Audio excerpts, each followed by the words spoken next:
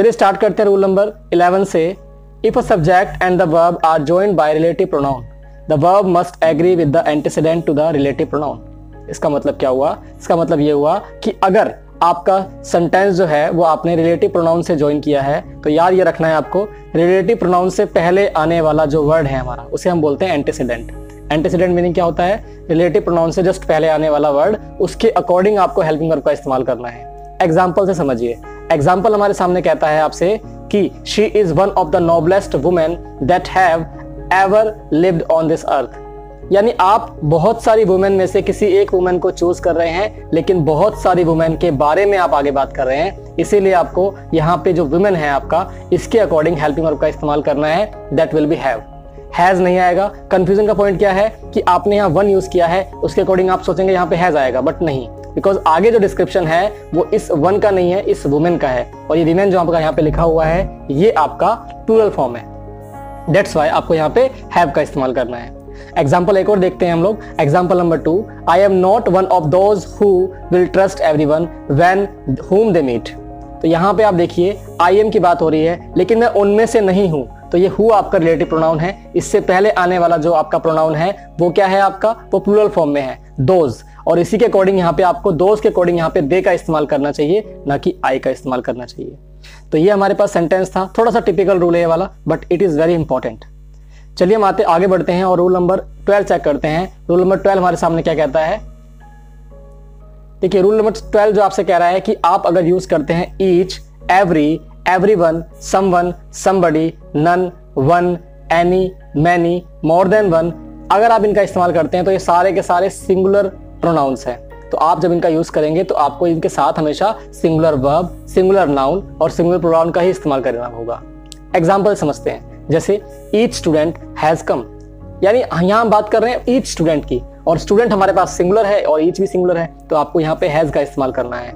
Each boy and each girl, दोनों ही boy and girl को आपने ईच लगा के सिंगुलर बना दिया। दैट्स वाई आपको यहाँ पे हैज का इस्तेमाल करना है। One must tolerate one's friend as well as one's enemy. तो यहाँ आपको याद रखना है कि अगर आपने वन का इस्तेमाल किया है तो वन के अकॉर्डिंग वंस आया, एंड वन के अकॉर्डिंग ही आगे भी क्या आएगा? वंस आएगा। यानी हर इंसान को अपने दुश्मन और दोस्त दोनों को ही बर्दाश्त करना चाहिए। टॉलरेट का मीनिंग क्या होता है? बर्दाश्त करना। I hope you are getting it. Example एक और देख लेते हैं हम लोग। एग्जाम्पल नंबर 4 कहता है many a student has not done his homework. तो यहाँ पे आपको यूज करना पड़ेगा मैनी अ। अब मैनी को देख के आपको ये कंफ्यूज नहीं होना कि मैनी का मतलब बहुत सारा होता है, नहीं, यहाँ पे मैनी अ स्टूडेंट यूज किया गया है। यहाँ पे एक स्टूडेंट की बात की जा रही है, उसके अकॉर्डिंग आपको यहाँ पे हैज का इस्तेमाल करना है और हिज का इस्तेमाल करना है। It is as simple as it. Example number 5 देखिए, more than one man was present there. एक से ज्यादा आदमी वहां प्रेजेंट थे। तो बेसिकली यहाँ पे आप यूज कर रहे हैं मैन के अकॉर्डिंग सिंगुलर वर्ब आएगी, यहाँ पे सिंगुलर हेल्पिंग वर्ब यूज करनी है आपको। अच्छा, मैनी का इस्तेमाल और भी कई तरीकों से किया जाता है, तो हम सीधे एग्जांपल्स को देख के समझते हैं। जैसे देखिए many a man has come, यहाँ पे आपने मैन देखा, मैन क्या है? सिंगुलर है, तो हेल्पिंग वर्ब भी क्या आ गई? सिंगुलर आ गई। लेकिन अगर आपके सामने यहाँ पे मैनी का इस्तेमाल किया जाए एज ए प्लूरल फॉर्म में तो कैसे होगा? देखिए एग्जाम्पल नंबर 2, मैनी मैन। अब ये मैन जो लिखा है यहाँ पे MEN, तो MEN क्या होता है आपका? ये मैन की प्लूरल फॉर्म है, तो इसलिए आपको इसके अकॉर्डिंग यहाँ पे हैव का इस्तेमाल करना होगा। Okay, it is quite easy. Subject verb agreement अपने आप में बहुत इजी टॉपिक है, बिकॉज आपको यहाँ पे सब्जेक्ट को वर्ब से एग्री कराना है और कुछ नहीं करना। एग्जाम्पल नंबर 3 देखिए, a great a good many man have come. तो यहाँ मैन के अकॉर्डिंग आपका हैव आ गया है। That's as simple as it. चलिए हम आगे बढ़ते हैं और रूल नंबर 13 को डिस्कस करते हैं। रूल नंबर 13 हमसे कहता है if of is used after each, every, one, etcetera, the noun और pronoun that come immediately after of will be plural in form. यानी अगर आपने ऑफ का इस्तेमाल किया है तो ऑफ के बाद आने वाला नाउन या प्रोनाउन आपका क्या होने वाला है? प्लूरल फॉर्म में होने वाला है। इसको हम और समझते हैं। वन ऑफ द बॉयज, अब कॉमन सी बात है, आप चूज करने का काम कर रहे हैं। वन ऑफ द का मतलब क्या होता है? चूज करना। जब आप चूज करेंगे तो आप क्या एक में से चूज करेंगे? नहीं, आप कई सारों में से चूज करेंगे, यानी आप मैनी में से चूज करेंगे। तो यहाँ पे जो बॉयज यूज हुआ है या देम यूज हुआ है, इसी बात को इन्होंने रूल बना के बता दिया है कि आपको वन ऑफ के बाद यूज होने वाला प्रोनाउन या नाउन प्लूरल फॉर्म में यूज करना है, ना कि सिंगुलर फॉर्म में। It is as simple as it. अच्छा, आपने जब बहुत सारों में से किसी एक को चूज किया है तो आगे बात भी आप इसी कर रहे हैं, तो इसलिए यहाँ पे क्या आएगा? हैज आएगा। यानी अगर आपने बहुत सारों में से चूज किया है किसी एक को, तो उसके बाद आने वाले जो हेल्पिंग वर्ब है या प्रोनाउन है या नाउन है वो हमेशा सिंगुलर फॉर्म में आएगा, क्योंकि आपने किसी एक को चूज किया था और आगे बात भी किसी करोगे, आप उसी एक की बात कर रहे हो। दैट्स।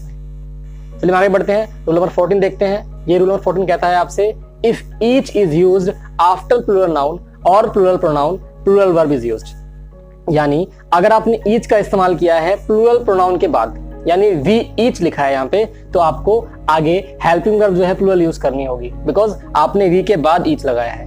ओके, तो ईच जो है हमारा यहाँ पे मेन सब्जेक्ट नहीं है, मेन सब्जेक्ट है यहाँ पे वी, और वी के अकॉर्डिंग क्या यूज करेंगे आप, हैव का इस्तेमाल करेंगे। चलिए आगे बढ़ते हैं, रूल नंबर 15 चेक करते हैं। रूल नंबर 15 आपसे कहता है, if indefinite pronoun one comes as the subject of the sentence, it takes singular verb, singular pronoun one, ones and oneself।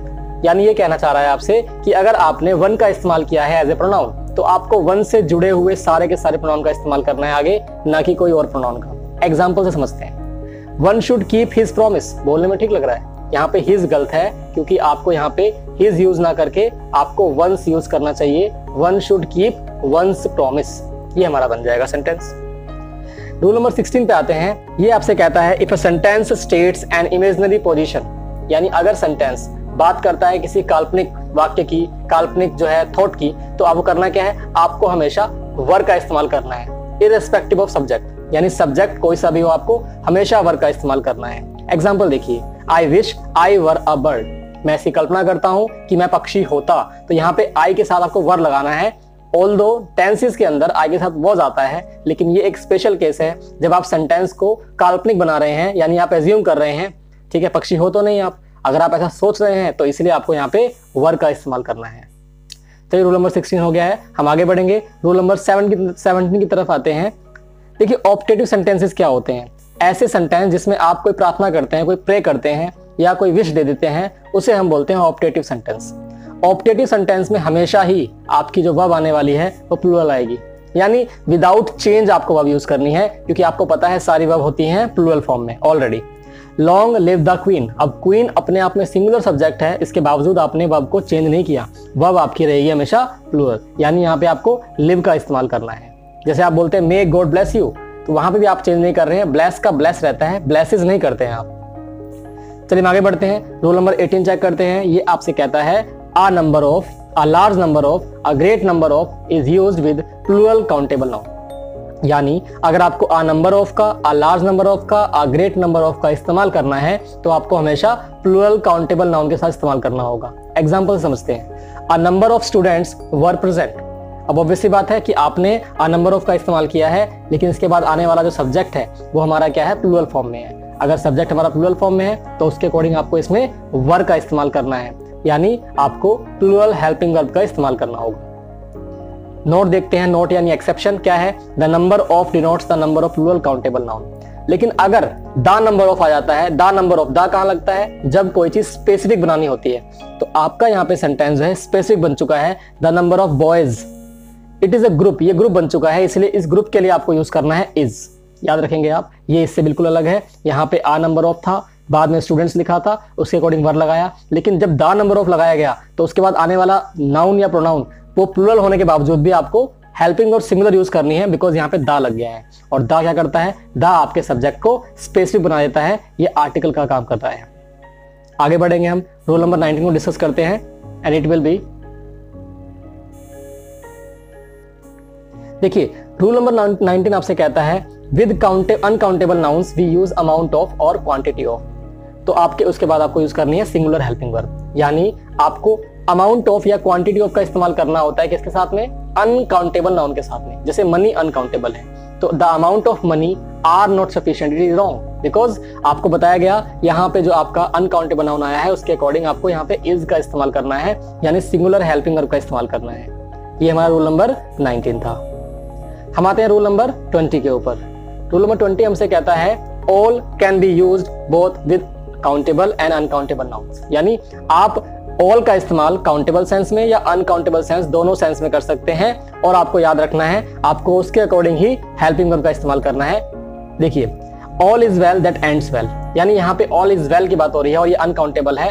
Uncountable की बात हम करेंगे तो यहाँ पे यूज कर रहे हैं आप क्या, singular helping verb. Uncountable noun के साथ में क्या आती है, सिंगुलर हेल्पिंग वर्ब आती है।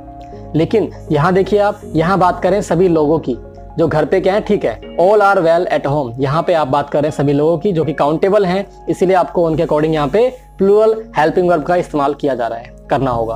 ओके, रूल नंबर 21 पे आते हैं, दैट इज वेरी इंपॉर्टेंट। देखिए क्या कह रहा है आपसे, ये यहाँ लिखा है furniture, advice, work, evidence, equipment, news, information, luggage, baggage, percentage, poetry, knowledge, dirt, dust, traffic, electricity, behavior, hair, business, mischief, bread, wastage, money, jewelry, word, when used in sense of discussion, fuel, cost are uncountable nouns। Basically यहाँ पे आपको list दी गई है जो सारे के सारे क्या हैं, आपके अनकाउंटेबल नाउन्स हैं। और आपको याद ये रखना है कि अनकाउंटेबल नाउन के साथ में आपको हमेशा यूज करना है सिंगुलर हेल्पिंग वर्ब का। एग्जाम्पल समझिए, एग्जाम्पल से क्लैरिटी मिलेगी। एग्जाम्पल नंबर 1 देखिए, the scenery of Kashmir has enchanted us, यानी सीनरी किसकी, कहाँ की सीनरी, कश्मीर की सीनरी। अभी सिंगुलर हेल्पिंग वर्ब आप यूज करेंगे आप इसके अंदर, क्योंकि आपका सिंगुलर नाउन यूज हो रहा है यहाँ पे, इसलिए आपने यहाँ पे हैज का इस्तेमाल किया है। और एनचेंटेड माने क्या होता है, मंत्र मुग्ध कर देना, यानी मोह लेना, आपको आपका जो है दिल जीतने लेना एक तरीके से। एग्जाम्पल नंबर 2 देखिए, I pass the exam but the percentage of marks was not good. Percentage भी आपका क्या है, आपका सिंगुलर नाउन है और इसके अकॉर्डिंग आपने यूज किया यहाँ पे वॉज का। The mischief committed by him is unpardonable, यानी अनपार्डनेबल का मतलब होता है जिसे आप माफ नहीं कर सकते हैं, जो उसने गलती की है उसको माफ नहीं किया जा सकता। यानी इसका मतलब यह है कि यहाँ पे मिसचीफ जो है आपका वो मेन सब्जेक्ट है और उसके अकॉर्डिंग आपको यूज करना चाहिए यहाँ पे सिंगुलर हेल्पिंग वर्ब। आगे लिखा है हिज हेयर इज ब्लैक, तो याद रखेंगे आप, हेयर जो है वो अनकाउंटेबल नाउन है, इसलिए आपने यहाँ पे इज का इस्तेमाल किया है। हेयर को आप चेंज नहीं करेंगे। अगर आपको इसका सिंगुलर फॉर्म यूज करना पड़े कभी जिंदगी में तो आप यूज करेंगे strand of hair, strand of hair यानी बाल का एक तिनका। ओके, चलिए हम आते हैं आगे। नेक्स्ट एग्जांपल देखिए, I have some equipment that I needed for the project. यहाँ पे आपने यूज किया है सम इक्विपमेंट का, that I needed for the project. यहाँ पे इक्विपमेंट को आप इक्विपमेंट्स में कन्वर्ट नहीं कर सकते हैं, बिकॉज इक्विपमेंट क्या है, आपका अनकाउंटेबल नाउन है। ओके, देखिए आगे लिखा है इसके अंदर, such noun have no plural form, ऐसे नाउन की कोई प्लूरल फॉर्म नहीं होती है, लेकिन अगर आपको इनको प्लूरल बनाना पड़े तो क्या करेंगे आप, एग्जाम्पल समझते हैं। देखिए, he gave me a piece of information, यानी इंफॉर्मेशन को आप सिंगुलर नहीं बना सकते हैं, ये अपने आप में क्या है, प्लूरल फॉर्म है इसकी, ठीक है, सॉरी ये आपका सिंगुलर फॉर्म है, इसे प्लूरल नहीं बना सकते हैं। अगर आप इसको चेंज करना चाहते हैं तो आपको इसमें यूज करना होगा आ पीस ऑफ, आपने लगाया आ पीस ऑफ। आगे लिखा है देखिए, all the pieces of information given by her were reliable, आपने इसको अगर बनाना चाहा प्लूरल फॉर्म में तो आपने ऑल द पीसेस लगा दिया इससे पहले। आगे देखिए, फर्नीचर को भी आप चेंज नहीं कर सकते हैं, लेकिन अगर आपको बनाना है, इसे चेंज करना है तो आप इसके आगे पीछे सफिक्स या प्रीफिक्स लगा के इसको चेंज कर सकते हैं। Like that, many kinds of furniture are available in that shop, यानी फर्नीचर से पहले आपने लगा दिया मैनी काइंड्स ऑफ, तो ये आप इसे चेंज कर सकते हैं इस प्रकार से। आगे लिखा है, I want a few articles of jewellery. अब ज्वेलरी को भी आप चेंज नहीं कर सकते हैं, इससे पहले आपने लगाया आ फ्यू आर्टिकल्स ऑफ और इसे आप इस प्रकार से बदल देंगे, नो प्रॉब्लम। आगे देखिए, आगे है इसके अंदर, ही एट 2 slices ऑफ ब्रेड, यहाँ पे 2 slices ऑफ ब्रेड लिखा हुआ है, यानी ब्रेड को चेंज करने के लिए आपको 2 slices का यूज करना पड़ा, तभी इसकी फॉर्म चेंज हो पाएगी। आगे लिखा है इसके अंदर, please show me some items of office stationery, तो यहाँ पे आपको ऑफिस स्टेशनरी को बदलना था, इसलिए आपने उससे पहले सम आइटम्स का इस्तेमाल किया। एंड लास्ट देखते हैं, the police have found a strand of here in the car. मैंने आपसे कहा था कि अगर आपको चेंज करना है किसको, आपको चेंज करना है हेयर को, तो आप स्ट्रैंड ऑफ का इस्तेमाल कर सकते हैं, स्ट्रैंड ऑफ हेयर यानी बाल का एक टुकड़ा मिला है पुलिस को कार के अंदर। आगे हमारे पास लिखा हुआ है, money, moneys is the plural form of money which means amounts of money, यानी अमाउंट्स ऑफ मनी को अगर आप यूज करना चाहते हैं सिंगल वर्ड में तो आप मोनीज का इस्तेमाल कर सकते हैं, MONIES। आगे हमारे पास है rule number 22, let's see. Okay, कुछ नाउन ऐसे होते हैं जो प्लूरल फॉर्म में होते हैं और आप इनमें एस को कभी रिमूव नहीं कर सकते हैं, इनमें लगे हुए एस को कभी रिमूव नहीं कर सकते हैं, इनका इस्तेमाल हमेशा ही प्लूरल फॉर्म में किया जाता है। फॉर एग्जांपल्स कुछ हम वर्ड्स रीड कर लेते हैं, सीजर्स हो गया, टॉग्स हो गया, प्लायर्स हो गया, पिंसर्स हो गया, बेलोज। अब बेसिकली इन्हें हम समझते हैं, इन्हें याद करना बहुत मुश्किल है, तो आप ऐसे याद कीजिए, जिन चीजों के अंदर 2 पेयर होते हैं उन्हें हम हमेशा प्लूरल फॉर्म में ही इस्तेमाल करते हैं। सीजर्स के अंदर 2 पार्ट होते हैं, टॉग्स यानी चिमटा, इसके भी 2 पार्ट होते हैं, पैंट्स के भी 2 पार्ट होते हैं। जिनके अंदर 2 पार्ट्स हैं उनको आप हमेशा ही प्लूरल फॉर्म में इस्तेमाल करेंगे, उनकी सिंगुलर फॉर्म नहीं होती है।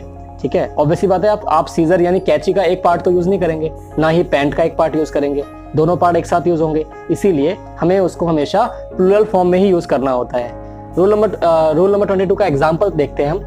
वेयर आर माई पेंट्स, तो आपने यहाँ पे पेंट्स का इस्तेमाल किया। Where are the tongs, the proceeds were deposited into bank. ये कुछ ऐसे वर्ड हैं जो आपको हमेशा प्लूरल फॉर्म में यूज करने हैं और इनके एस को कभी आप हटा नहीं सकते हैं। लेकिन एक नोट है, यानी एक वर्ड को यहाँ पे एक्सप्लेन किया गया है, वो देखते हैं हम लोग। Wages can be use in both singular and plural form. Wages का इस्तेमाल आप दोनों ही फॉर्म में कर सकते हैं। कैसे? अगर आप वेजेस का इस्तेमाल करते हैं प्लूरल फॉर्म में तो उसका मतलब होता है लेबर, यानी जो बेसिकली आपने मेहनत करी है। Wages are paid in cash, यानी जो आपने मेहनत करी है उसका पैसा आपको नगद मिल गया। लेकिन अगर आप यूज करते हैं सिंगुलर फॉर्म में, वेजेस का इस्तेमाल अगर आप करते हैं सिंगुलर फॉर्म में, तो आपका यहाँ पे क्या बनेगा? रिजल्ट बन जाएगा। Wages of hard work is sweet, तो यहाँ पे आपने इज लगाया क्योंकि आपने यहाँ पे वेजेस का इस्तेमाल पैसे के टर्म में नहीं किया है, आपने यहाँ पे इस्तेमाल किया है एज अ रिजल्ट, और रिजल्ट अपने आप में सिंगुलर होता है, इसलिए आपको यहाँ पे इज का इस्तेमाल करना होगा। हम आते हैं रूल नंबर 23 पे, और ये आपसे कहता है news, innings, politics, summons, physics, economics, ये सारे के सारे क्या हैं? आपको देखने में लगेंगे प्लूरल फॉर्म, लेकिन ये क्या है? सिंगुलर हैं, और सिंगुलर होने के नाते ये क्या लेंगे? ये आपके सिंगुलर वर्ब लेंगे, सिंगुलर हेल्पिंग वर्ब लेंगे। इसीलिए हम एग्जांपल समझते हैं। No news is good news. Okay, यहाँ पे क्या लिखा है? No news is good news. तो न्यूज को देख के आपको लगेगा ये प्लूरल फॉर्म है, लेकिन नहीं, इसमें आपको इज का इस्तेमाल करना है, आर का इस्तेमाल नहीं करना है। एग्जाम्पल नंबर 2 देखिए। Politics is a dirty game. तो पॉलिटिक्स में लगा हुआ एस आपको जो है अट्रैक्ट करेगा कि हम इसे प्लूरल मान लें, लेकिन नहीं, ये भी अपने आप में क्या है? सिंगुलर फॉर्म है। Economics is an interesting subject. तो इकोनॉमिक्स भी सब्जेक्ट है आपका, सिंगुलर फॉर्म में यूज किया जाएगा। ओके, चलिए हम आगे बढ़ते हैं, रूल नंबर 24 पे आते हैं। रूल नंबर 24 आपसे कहता है cattle, cavalry, infantry, poultry, peasantry, children, gentry, police, ये ऐसे वर्ड हैं, इन्हें बोलते हैं हम आपका कलेक्टिव नाउन। और कलेक्टिव नाउन जो है आपके यहाँ पे क्या है? ये सिंगुलर फॉर्म में यूज किए जा रहे हैं, लेकिन इनका मीनिंग क्या है? प्लूरल है, यानी इनके साथ क्या आएगी? प्लूरल वर्ब आएगी। आपको जो है यहाँ पे सिंगुलर वर्ब यूज नहीं करनी है। एग्जाम्पल समझते हैं। Example number 1, cattle are grazing in the field, यानी कैटल के साथ में आपने आर का इस्तेमाल किया है। Our infantry have marched forward. Infantry का मतलब होता है पैदल पथ सेना, यानी पैदल चलने वाली सेना। तो यहाँ पे इन्फेंट्री का इस्तेमाल किया है, आपको इस साथ में भी हैव लगाना है, बिकॉज ये क्या है? कलेक्टिव नाउन है। Police have arrested the thieves, ये बहुत जरूरी सेंटेंस है। पुलिस के साथ हमेशा ही आपको प्लूरल हेल्पिंग वर्ब का इस्तेमाल करना होता है, सिंगुलर हेल्पिंग वर्ब नहीं आएगी, यानी पुलिस के साथ में हमेशा आर आएगा, हैव आएगा, ओके, वर आएगा। चलिए हम आगे देखते हैं, रूल नंबर 25 पे आते हैं। रूल नंबर 25 आपसे कहता है deer, ship, series, species, fish, crew, ये सब क्या है? ये आपके इस्तेमाल कर सकते हो आप सिंगुलर और प्लूरल दोनों ही फॉर्म में। ठीक है, एग्जाम्पल समझते हैं, क्योंकि इनकी सेंस जो है वो चेंज हो जाएगी जैसे आप यूज करेंगे इसका। Example number 1, our team is the best. हमारी टीम सबसे अच्छी है, तो आपने टीम का इस्तेमाल किया सिंगुलर फॉर्म में। लेकिन our team are trying their new uniform, अब टीम के मेंबर अपनी अपनी यूनिफॉर्म ट्राई कर रहे होंगे, यानी जब डिवीजन हो रहा है यहाँ पे, तो आपने आर का इस्तेमाल किया, और जब आपको इसे एज ए सिंगल यूज करना था आपको, तो आपने यहाँ पे इज का इस्तेमाल किया। तो ये हमारा टॉपिक था सब्जेक्ट वर्ब एग्रीमेंट। आपको ये वीडियो कैसी लगी जरूर कमेंट में बताएं। Thank you so much for being here.